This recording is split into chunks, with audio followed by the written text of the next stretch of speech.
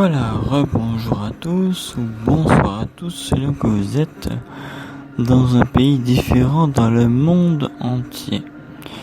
Plus particulièrement, on va dire en France. Ceci est une production Radio France Vie avec le partenariat de Radio Mondiale Évangile. Avec votre serviteur que je suis, Maximilien. Vous êtes sur Radio France Vie, soyez les bienvenus à l'écoute de la parole.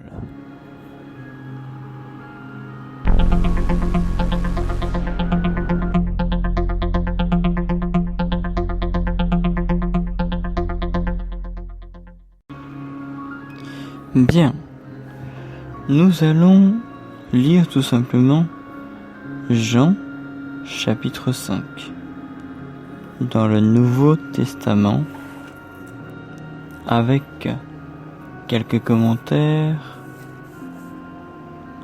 inspirés du Saint-Esprit à l'instant même où je vous parlerai. Il se peut que s'il y a des parties trop longues et que le Saint-Esprit ne désire pas les divulguer, si je puis dire, sur l'antenne, je les écourte comme je le fais dans ces moments de parole. Prenez ces paroles comme pour vous directement. Elles sauront vous parler et vous aider. Je commence donc dans Jean chapitre 5 à partir du verset 1. Je lis. Après cela, il eut une fête des Juifs et Jésus monta à Jérusalem. Or, à Jérusalem, près de la porte des brebis, il y a une piscine qui s'appelle en hébreu Bethesda. Certaines versions vous diront Bethsaïda. Tout dépend de la version. Et donc, cette piscine a 5 portiques. On pourrait dire aussi 5 portes. Sous ces portiques, ou sous ces portes, étaient couchés en grand nombre des malades, des aveugles, des boiteux, des paralytiques, qui attendaient le mouvement de l'eau. Car un ange descendait de temps en temps dans la piscine en agitant l'eau.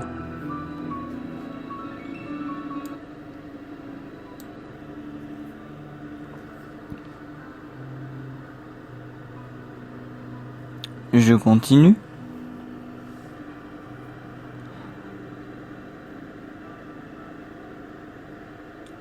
Car un ange descendait de temps en temps dans la piscine et agitait l'eau, et celui qui y descendait, le premier, après que l'eau avait été agitée par l'ange, était guéri, quelle que soit sa maladie.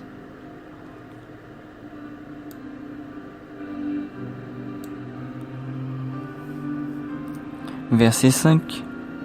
Là se trouvait un homme malade depuis 38 ans. 38 ans.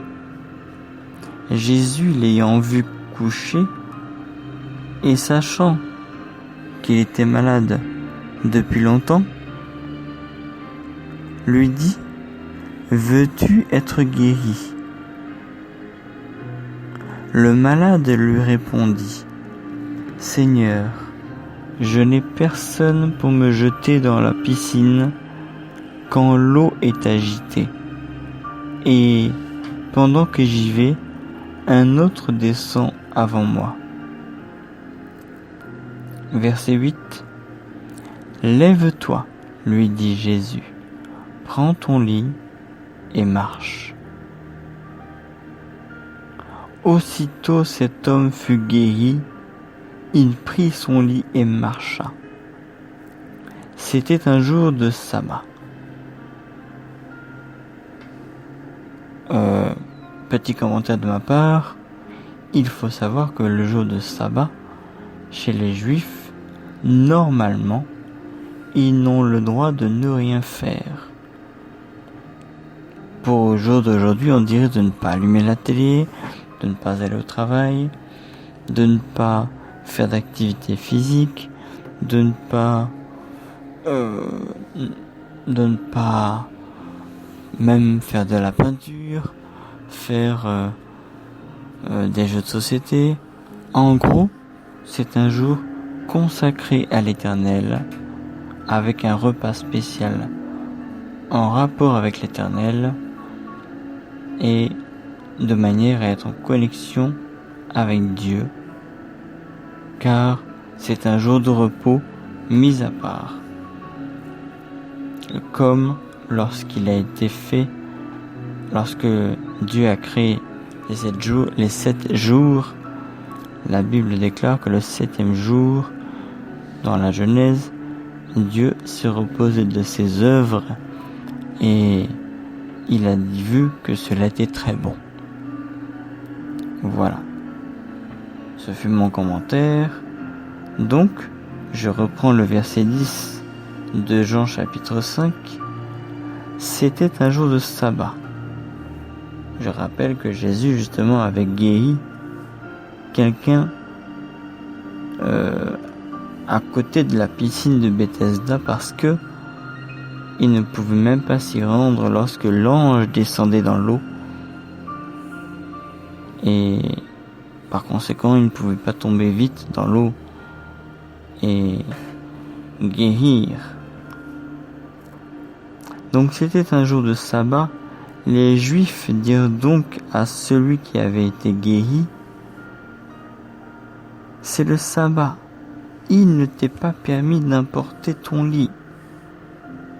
Mon commentaire pour cela, c'est pour vous dire que jusqu'à prendre un lit ou sa natte ou son brancard pour aller chez lui, c'était interdit. Vous voyez, dans les moindres détails, il ne fallait faire aucune activité. Verset 11.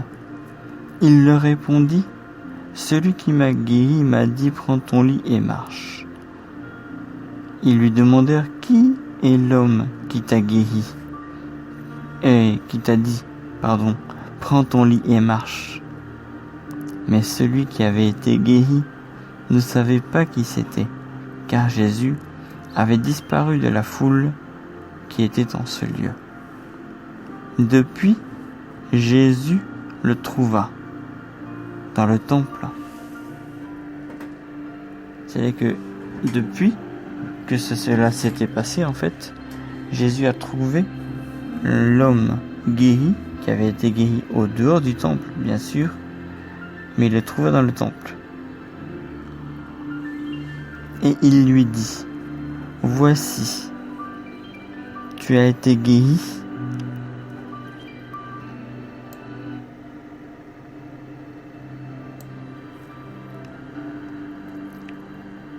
Voici, tu as été guéri, ne pêche plus, de peur qu'il ne t'arrive quelque chose de pire. Vous voyez, Jésus conseillait, après une guérison miraculeuse, de ne pas tomber dans le péché. Ce n'est pas seulement la fornication, mais toute autre forme de péché. Allez voir les féticheurs, les marabouts, les consultants, tout ce que l'on veut, qui ne sont pas Dieu lui-même.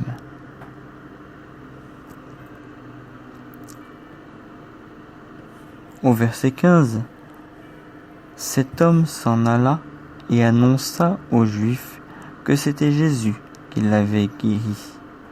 C'est pourquoi les Juifs poursuivaient Jésus parce qu'il faisait ces choses le jour du sabbat. Mais Jésus leur répondit, « Mon Père agit jusqu'à présent.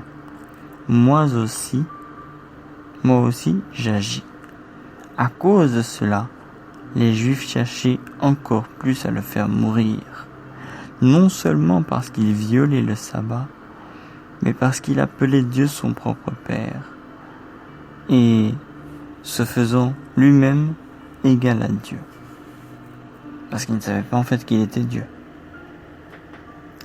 Verset 19.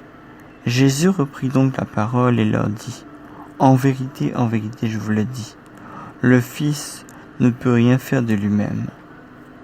Il ne fait que ce qu'il voit faire au Père. Et tout ce que le Père fait, le Fils aussi le fait pareillement.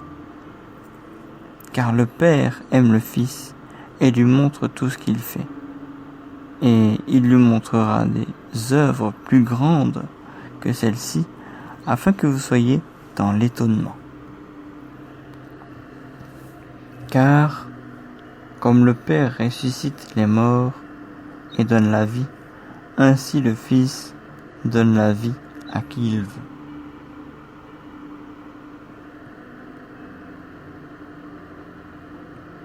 Verset 22. Le Père ne juge personne, mais il a remis tout jugement au Fils. C'est pourquoi vous voyez mon commentaire, c'est pourquoi vous voyez souvent des calamités, comme au jour d'aujourd'hui, le coronavirus par exemple, qui est la colère de Dieu. Et cela prouve bien que ce n'est pas la colère de Dieu le Père, mais la colère de Dieu le Fils. Car la Bible déclare au verset 22 du Jean chapitre 5 que le Père ne juge personne, mais il a remis tout jugement au Fils, afin que tous honorent le Fils comme ils honorent le Père. Celui qui n'honore pas le Fils n'honore pas le Père qui l'a envoyé. En vérité, je vous le dis, celui qui écoute ma parole et qui croit à celui qui m'a envoyé a la vie éternelle et ne vient point en jugement, mais il est passé de la mort à la vie.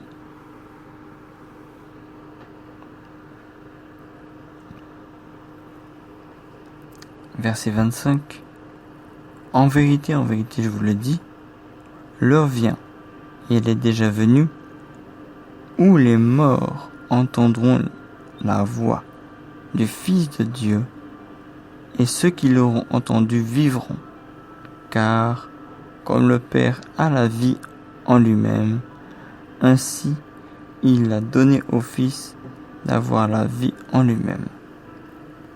Et il lui a donné le pouvoir de juger, parce qu'il est le Fils de l'homme.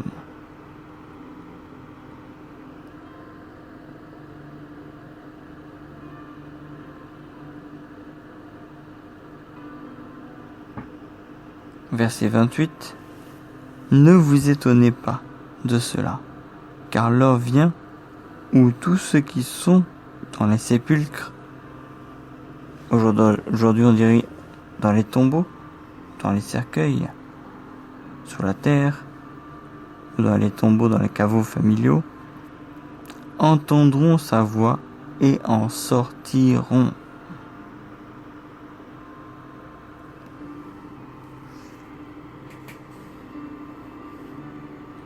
Ceux qui auront fait le bien ressusciteront pour la vie, mais ceux qui auront fait le mal ressusciteront pour le jugement. C'était le verset 29. Que Dieu vous bénisse. On continue au prochain chapitre. Soyez bénis.